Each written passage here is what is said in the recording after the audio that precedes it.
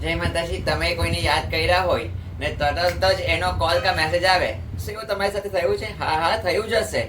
બધાના જીવનમાં આવા પ્રસંગો થતા હોય છે અને તમે યાદ કરો કાં કોલ કર્યો હોય કાં મેસેજ કર્યો હોય કાં તો એને હિંચકી આવી હોય. હા, આ એક યુનિવર્સ દ્વારા તરંગોનો એક મેસેજ છે.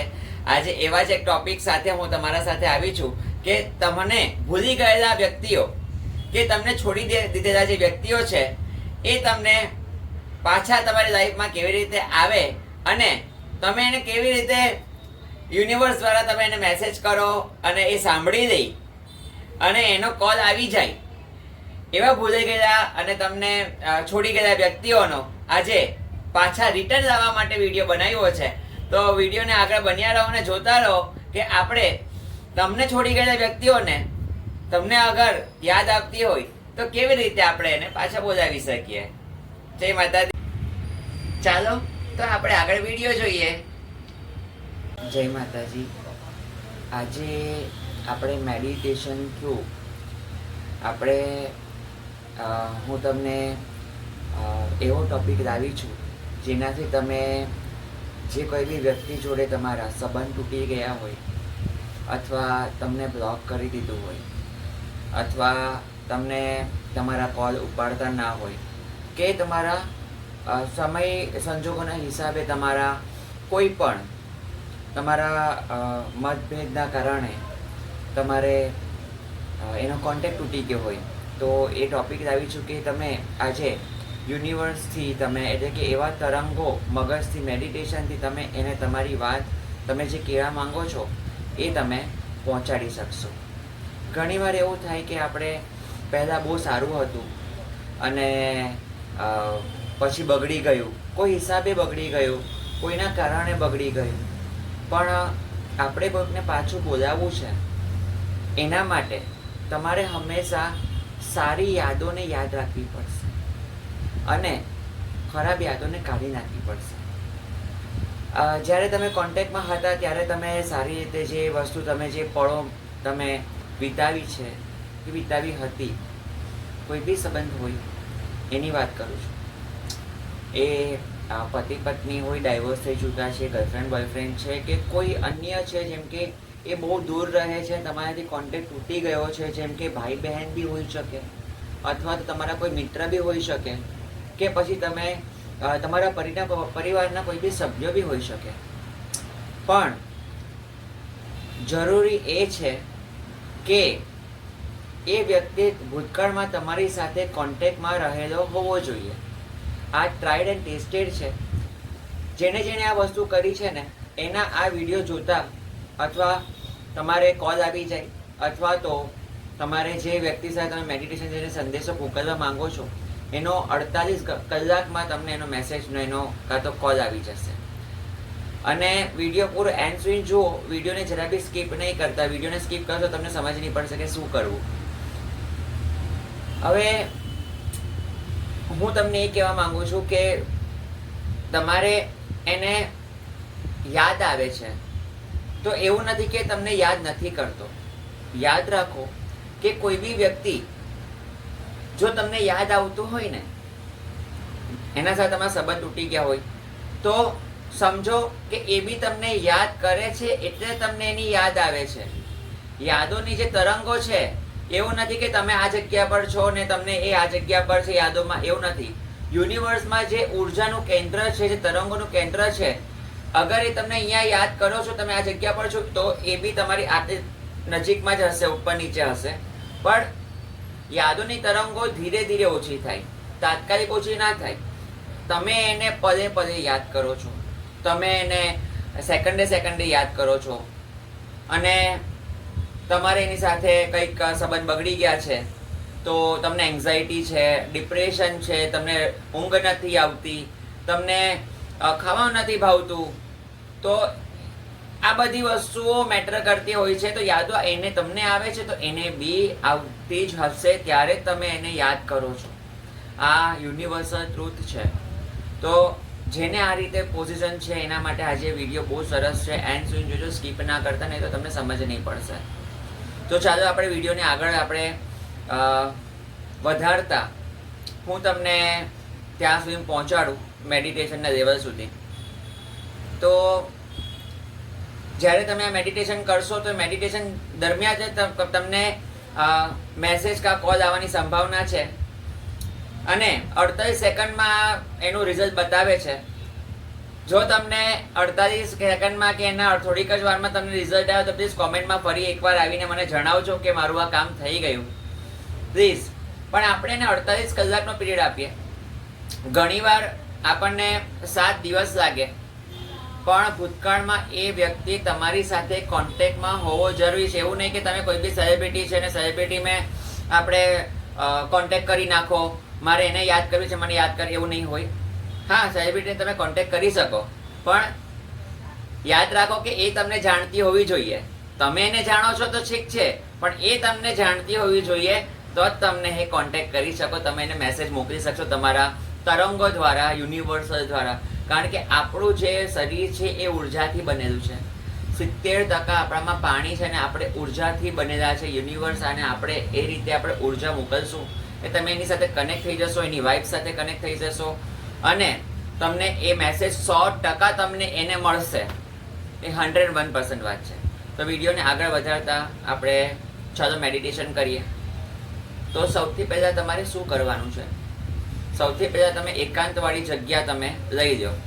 જો તમારે દિવસના વિડીયો જોતા હોય તો પ્લીઝ વિડીયોને સેવ કરી દો અથવા લાઈક કરી દો, જે તમે રાત્રે તમે એને જોઈ શકો અને આ મેડિટેશન કરી શકો.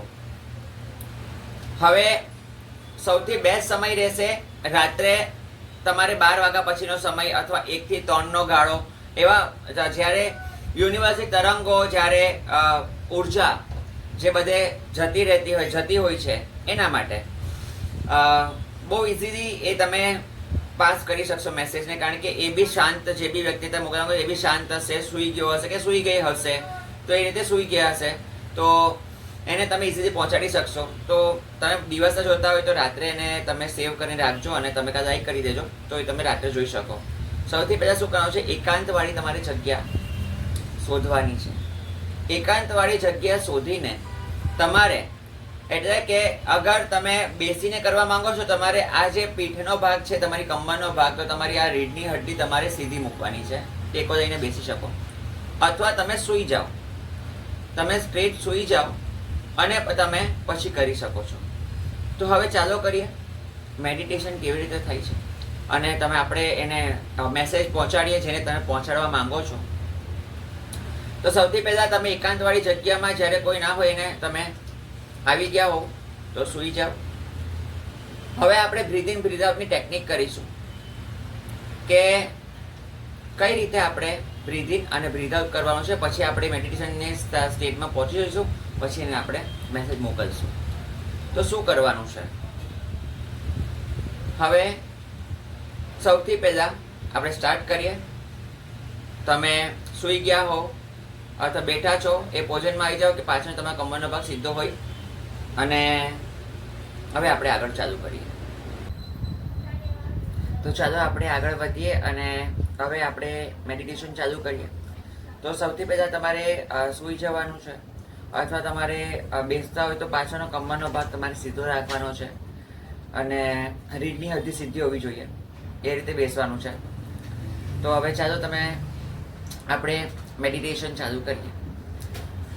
સૌથી પહેલાં તમે તમારી પોઝિશન લઈ દીધી તો હવે હું તમને મેડિટેશન ચાલુ કરાવું છું. આપણે મેડિટેશનના સ્ટેટમાં આપણે જતા રહીશું જેથી ઇઝીલી તમને ત્યાં મેસેજ પહોંચી શકે. તો શું કરવાનું છે? સૌથી પહેલાં તમે આંખ બંધ કરી દો. એકાંતવાળી જગ્યામાં છો, આંખ બંધ કરી દો. તમારા શરીરના બધા બોડી પાર્ટ્સને એકદમ ઢીલા છોડી દો. પછી તમારી આંખોની જે પલકો છે એને તમે ઢીલી છોડી દો. બોડી એકદમ રિલેક્સ મોડમાં મૂકી દો. હવે તમારે બોડી રિલેક્સ મોડમાં આવી ગયું છે. હવે તમારે બ્રીથ ઇન બ્રીથ આઉટની ટેકનિક કરવાની છે. હું કહું તેમ તમારે બ્રીથ ઇન બ્રીથ આઉટ કરવાનું છે. આપણે કરશું. ચાલો. સૌથી પહેલા ઇનહેલ, બ્રીથ ઇન કરો, શ્વાસ અંદર લો, રોકો, એક્ઝેલ, શ્વાસ છોડો. પાછું રિપીટ કરીએ. ઇનહેલ, શ્વાસને રોકો, એક્ઝેલ, છોડો. ચલો પાછું. ઇનહેલ, શ્વાસ અંદર લો, થોભો, શ્વાસ છોડો, એક્ઝેલ. હવે તમે એ મેડિટેશનની સ્ટેટમાં આવી ચૂક્યા છો. હવે આપણે આગળ વધીએ. હવે તમારે જે તે વ્યક્તિને તમારે એ મેસેજ પહોંચાડવા માંગો છો એ વ્યક્તિનું નામ તમે તમારા મનમાં લો. લઈ દીધું. હવે તમારી જે આંખોની જે વચ્ચેનો ભાગ છે, બે ભવા હોય એટલે આઈબ્રોઝની જે વચ્ચેનો ભાગ છે ત્યાં તમે થર્ડ આઈ ઉપર કોન્સન્ટ્રેશન કરો અને એ વ્યક્તિનું નામ લેતા લેતા તમે એ વ્યક્તિને વિઝ્યુઅલાઇઝ કરો. એટલે તમારે એનો ચહેરો યાદ કરો. હવે તમે એક એવી જગ્યામાં છો કે જ્યાં ખુલ્લી જગ્યા છે, આજુબાજુ ઝાડ છે, ઠંડો પવન ચાલી રહ્યો છે. એને મહેસૂસ કરો, વિઝ્યુઅલાઇઝ કરો. અને તમારી જે વ્યક્તિ છે એ તમારાથી થોડી દૂર બેઠી છે, કશુંક કામ કરી રહી છે. તમે ખૂબ સરસ કપડાં પહેર્યા છે, તમે બહુ સારા દેખાઈ રહ્યા છો, તમે સજી ધજીને તમે આવ્યા છો અને તમે પરફ્યુમ અત્તર છાંટેલું છે જેની ખુશ્બુ એના સુધી પહોંચે છે. આ બધું તમે વિઝ્યુઅલાઇઝ કરો. હવે તમે જ્યાં એ વ્યક્તિ બેઠા છે ત્યાં તમે જાઓ ધીરેજથી. એ કંઈક કામ કરી રહ્યા છે એનું પોતાનું, એમાં રૈચા પૈચા છે. તો તમે એના ખભા ઉપર હાથ મૂકો. હવે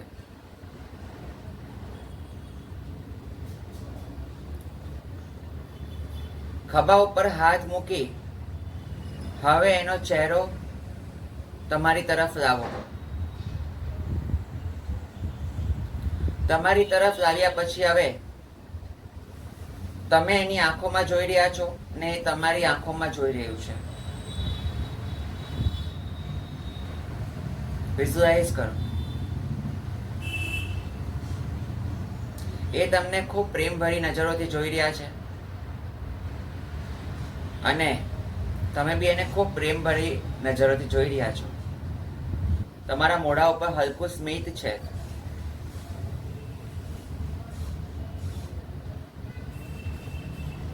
હવે તમે એને જે કહેવા માંગો છો એ કહી દો. એક્ઝામ્પલ કે મને માફ કરી દે, કોલ મી, મને જલ્દીથી જલ્દી કોલ કર, હું તને બહુ યાદ કરું છું, મને મેસેજ કર, મને કોન્ટેક્ટ કર. તમે જે બી એને મેસેજ પહોંચાડવા માંગો છો એ ટૂંક શબ્દમાં તમે એને જણાવો. જે બી કહેવા માંગતા હોય તો જણાવી દો.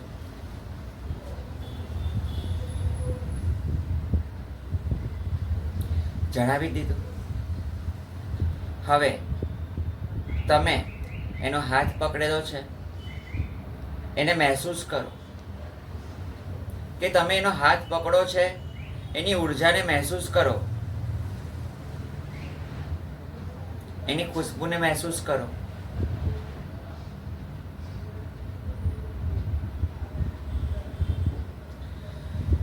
હવે આપણે પાછું જવાનો વારો આવ્યો છે. તમે એની આંખમાંથી આંખ જે મેળાવી છે એ નજર હટાવી, તમે હાથ એનો છોડાવી અને તમે પાછા જઈ રહ્યા છો. હવે તમે પાછા વળી જાઓ, એને જોવાનું નથી. અને હવે તમે પાછા રિટર્ન તમારા અંદર આવી ગયા છો. આ તમારા જે સ્ટેજમાં છે એ પાછા તમે આવી ગયા. હવે આપણે પાછું મેડિટેશનનો સ્ટેજ છે તેને આપણે બહાર આવવા માટે ઇનહેલ ઇનઆઉટ કરશું. 3 વખત તમે શ્વાસ લો, 3 વખત તમે શ્વાસ છોડો. શ્વાસ લો, શ્વાસ છોડો, શ્વાસ લો, શ્વાસ છોડો, શ્વાસ લો, શ્વાસ છોડો.